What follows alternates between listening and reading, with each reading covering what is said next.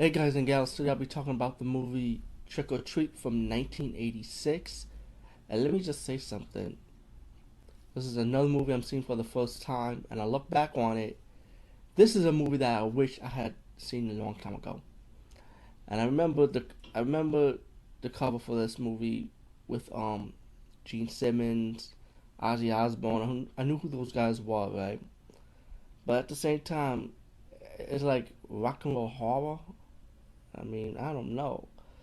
But when you look back on it, it was pretty good. It was a really enjoyable rock horror movie. And there been a lot of things with rock and roll in the horror genre, but this one lives up to the hype, in my opinion. You know, there's got this movie about this kid who worshipped this rock star named Sammi Curry. Hope I got his name right. And then you find out that this guy died in a fire, in a hotel fire. You know, and this kid, he's like one of those kids in high school that's getting bullied by teenagers. You know, one of those guys. You know, he's like an outcast and a misfit.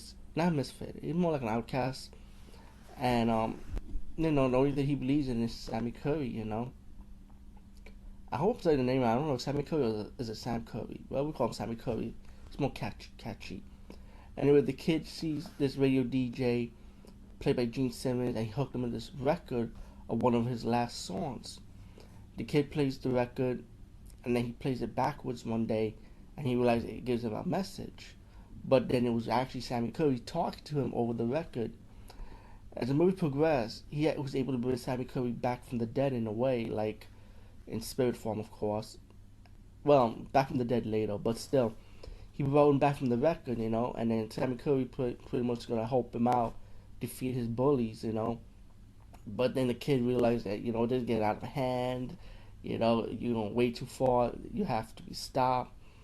And all in all, I mean, Sammi Curry, it's like, all in all, this movie is good, though. I really enjoyed it, you know. I mean, he's no Freddy Krueger, you know what I'm saying? But he's still his own character.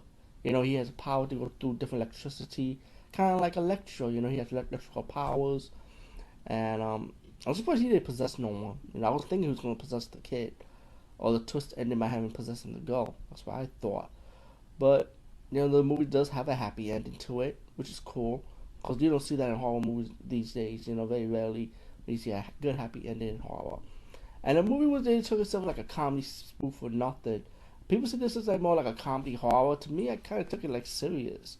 So I mean, yeah, it had a lot of fun moments though, but still, I took it serious though. You know, that's how good this movie was in my opinion. Ozzy Osbourne, his character, he played like a preacher that's against rock music. You know, you see him on the television screen talking to the reporter.